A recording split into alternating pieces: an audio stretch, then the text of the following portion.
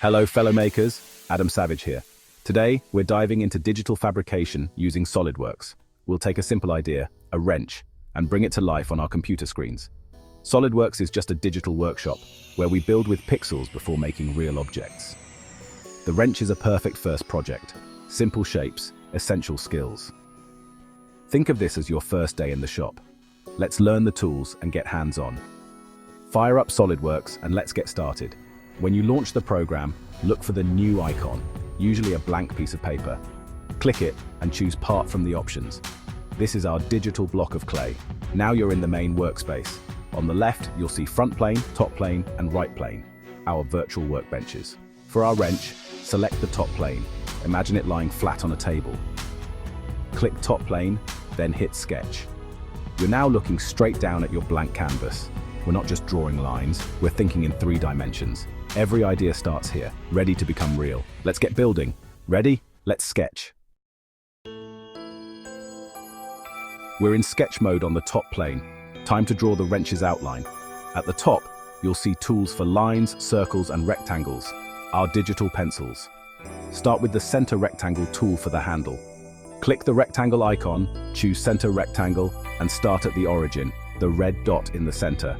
Click once to start, drag outwards, and click again to finish a long, thin rectangle. Now let's get precise. Select the Smart Dimension tool. Click the top line of your rectangle, move your mouse, and set the length to 120 millimeters. Do the same for the side, set it to 20 millimeters. Now, for the wrench heads, select the Circle tool. Place a circle at the midpoint of each short end of the rectangle. Look for the yellow midpoint icon. Use Smart Dimension again to set each circle's diameter to 40 millimeters. Your sketch should look like a long rectangle with a circle on each end. This is the DNA of our wrench. Simple but powerful. Precision matters. Every great build starts with a well-defined shape. We're not guessing, we're designing. These tools, rectangle, circle, dimension, are the foundation of every project. Take a look at your sketch. It's already starting to look like a wrench. This is how digital making begins. Next, we'll give it some thickness. Save your work. You're off to a great start. Let's move to 3D. Onward. We have our 2D sketch. Now let's make it 3D. Exit the sketch by clicking the blue arrow in the corner. Your lines turn gray, you're back in 3D view. With your sketch selected, go to the Features tab and choose Extruded Boss Base.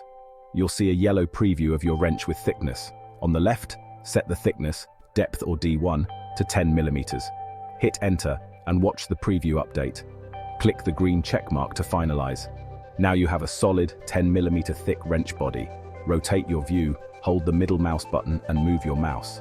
Admire your work. You've turned a flat sketch into a real object. This is the heart of 3D modeling. Sketch, then extrude. You've done the heavy lifting. Next, let's carve out the jaws. Save your progress. Ready to make it a real wrench? Let's go. Right now, our object looks like a dumbbell, not a wrench. Let's carve out the jaws so it can grip. Select the top face of your model and start a new sketch. The view snaps to look straight down. For the right side jaw, use the polygon tool. Set it to 6 sides for a hexagon. Place the hexagon at the center of the right circle. Use Smart Dimension to set the flat-to-flat distance to 22 millimeters. Make sure the hexagon is horizontal. Select a top line and set it to horizontal. Draw 2 lines from the top right and bottom right corners of the hexagon out to the edge of the circle. Use the Trim Entities tool, scissors icon, to remove the lines between your 2 new lines, creating a U-shaped opening. Exit the sketch. Go to Features and select Extruded Cut. Set direction to Through All and click the green check mark. You've made a working wrench jaw. Repeat on the other side for a different size if you like. Now it's a real tool. Save your work. Let's smooth those edges. Our wrench works, but it's a bit blocky. Let's round the edges for comfort and strength using the Fillet tool. Find Fillet in the Features tab. Looks like a rounded corner. Set the radius to 5 millimeters. Click the top and bottom faces. SolidWorks will select all connected outer and inner edges. You'll see a yellow preview. Click the green check mark to apply. Instantly, your wrench looks more professional. Now personalize it. Select the handle's flat face and start a new sketch. Use the text tool, a icon, to type your name or initials. Adjust font and size as you like. Position the text on the handle. Exit the sketch. Select your text and choose Extruded Cut. Set the depth to 0.5 millimeters and choose Blind. Click the green check mark. Your name is now engraved. This is how you make it yours. Every maker leaves a mark. Save your design. Ready to print? Let's export. Your wrench is ready. Let's prepare it for 3D printing. Go to File, Save As. In the Save As type drop-down, select STL *.stl. Click Options and set resolution to fine for a smooth print. Click OK, name your file and save. That's it. You've created a 3D printable wrench from scratch.